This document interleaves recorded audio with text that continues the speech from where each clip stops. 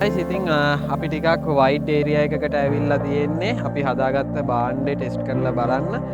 ඉතින් මම හිතනවා වෙනස් එක්ස්පීරියන්ස් එකක් වෙයි කියලා. හරි එහෙනම් මෙතනින් මම ස්විච් එක ඔන් කරගන්නවා.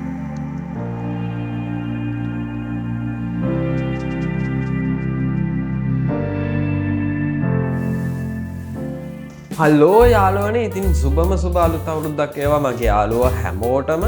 ඉතින් ඔයාලට පේනවනේ අද මං ගාව තියෙන්නේ මොකද්ද කියලා. ඉතින් අද අපි මේකෙන් තමයි වීඩියෝ එක පටන් අරගෙන කන්ටිනියු කරගෙන යන්න හදන්නේ. මම කඩේ යනකොට අහම්බෙන් දැක්ක දෙයක් තමයි මේක.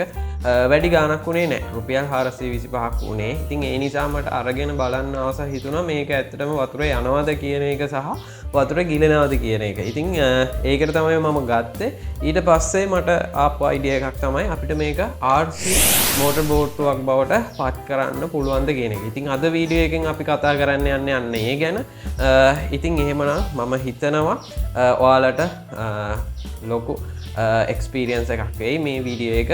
රුපියල් 425කින් RC මෝටර් බෝට්ටුවක් කරගන්න විදිහ ගැන. ඉතින් ඊට කලින් අපිට අග්ගාලා මේක බලලයිමු. මේක මේ තියෙන විදිහටම මේකට බැටරි කෑලි දෙකක් අවශ්‍ය වෙනවා. මේ බැටරි කෑලි දෙක දාලා ඉවර වෙලා වතුරට දැම්මට පස්සේ වතුර යනවද ගිලෙනවද ඒ කියන ටික බලාගෙන ඉවර වෙලා අපි යමු වීඩියෝ එකේ ඉස්සරහ කොටසට. ඉතින් මතක් කරනවා channel එකට අලුත් කෙනෙක් නම් subscribe කරලා එකතු වෙන්න. මගේ channel එකේ මේ වගේ වෙනස් විදිහේ වීඩියෝස් ටිකක් ඔයාලට බලා ගන්න පුළුවන්. එහෙමනම් අපි ටග් ගාලා යමු වීඩියෝ එකට.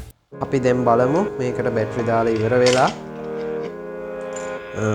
කොහොමද මේක ඇත්තටම වතුරේ යනවද නැද්ද කියන එක මේ විදිහට දාගන්නවා.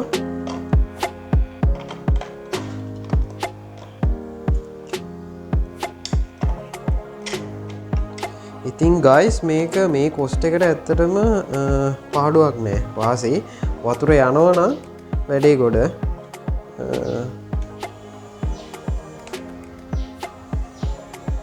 සද්ද ඇහෙනවා ඇති මං හිතන්නේ ඔයාලට. මුලින්ම අපි මේක දාගෙන බලමු. මං ස්විච් එක ඔන් කරනවා.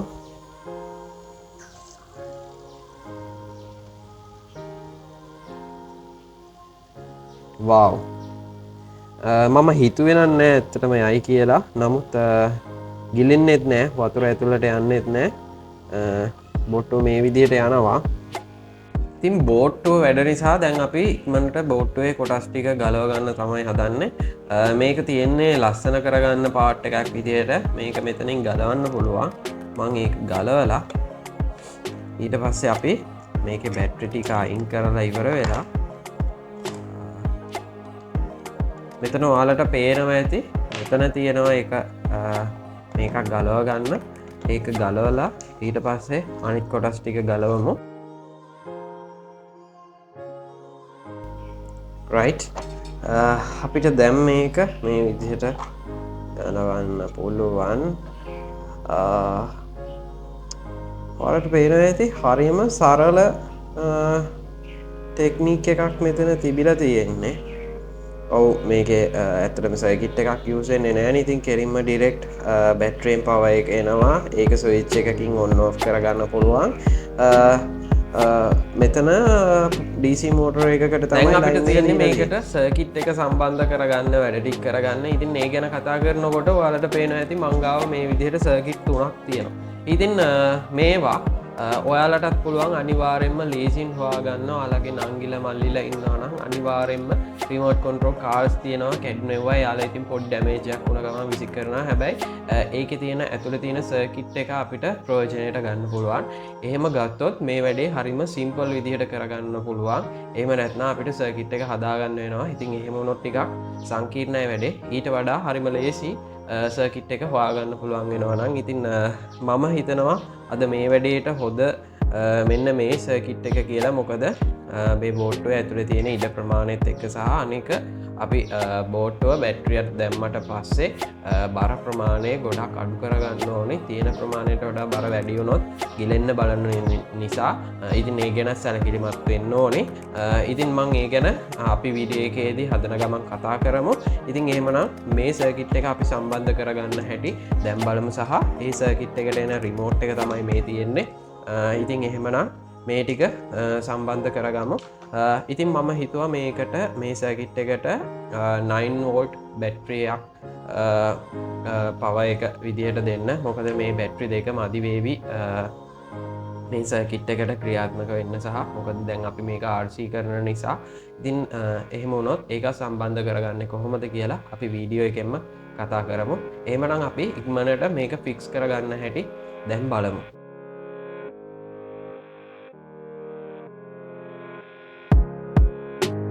රයිට් ඉතින් ඊට පස්සේ අපිට කරන්න තියෙන්නේ මේ බෝට්ටුවෙන් ඇවිල්ලා තියෙනවා බැටරි ලයින් එක. ඉතින් ඒක අපිට වැඩක් නෑ, අපි සම්පූර්ණයෙන්ම වෙනස් කරනවා. ඒ නිසා මම මෙතනින් මේ සම්බන්ධය ඉවත් කරගන්නවා.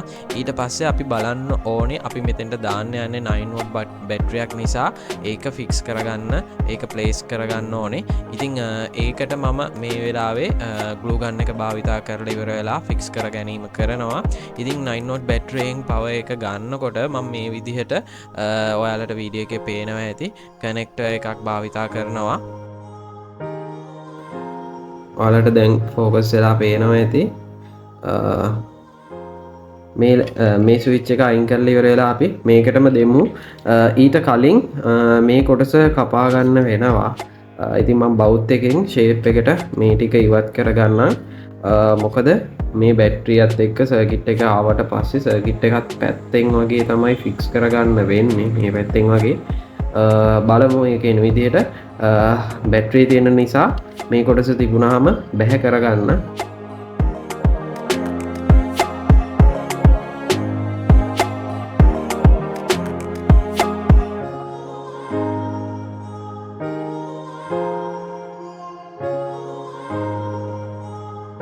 මුලින්ම අපි සර්කිට් එකේ මේ කොටස සම්බන්ධ කරගන්න ඕනි සර්කිට් එකට එන ලයින් එක. ඉස්සෙල්ලාම අපි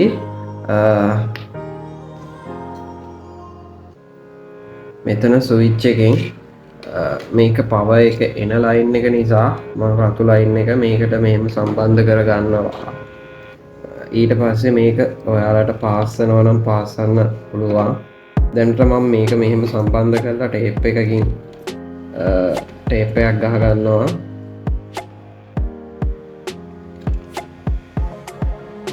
හරි, එතකොට දැන් අපිට තියෙන්නේ මේවා වැඩක් නැහැ.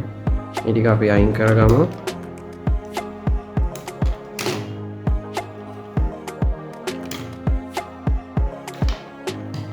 ඊට පස්සේ ස්විච් එකෙන් දෙන්න තියෙන ලයින් එක සර්කිට් එකට දෙන්න ඕනි. එතකොට මේකේ අපිට ඒක දෙන්න වෙන්නේ සර්කිට් එකට මේ අයිනට.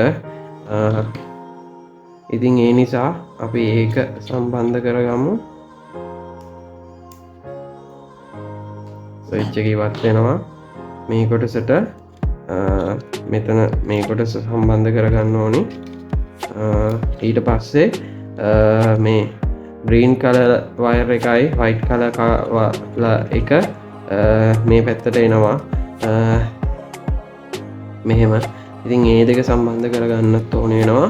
ඊට කලින් අපි ස්විච් එකෙන් එන වයර් එක සම්බන්ධ කරගෙන ඉමු.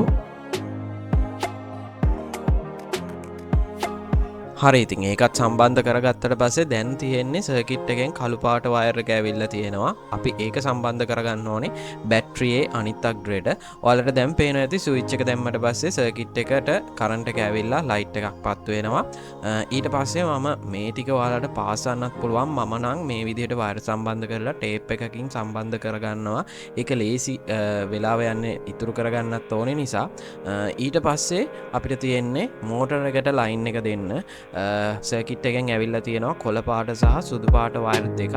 අපි ඒක තමයි මෝටරේට සම්බන්ධ කරගන්න ඕනේ. රයිට්, ඉතින් ඒ වැඩ ටික කරගත්තට පස්සේ අපිට දැන් තියෙන්නේ ඒරියල් එකට මේ ඔයාලට පේන ඇති සර්කිට් එකෙන් ඇවිල්ලා තියෙනවා සුදු පාට වයර් එකක්. එතනින් තමයි සිග්නල් එක ගන්නෙ. ඉතින් මම මෙන්න මේ විදිහට ඒරියල් එකක් මේකට පාවිච්චි කරනවා. අපි ඒකත් මේ විදිහට පොඩියට සිදුරක් විදගෙන ඉවර වෙලා සම්බන්ධ කරගමු. ඊට පස්සේ අපේ බෝට්ටුවේ වැඩ ටික ඉවරයි. අපිට තියෙන්නේ වතුරේ දාලා ටෙස්ට් කරන්න. ඉතින් එහෙමනම් ඉක්මනට ඒ වැඩ ටිකට යමු එහෙනම්.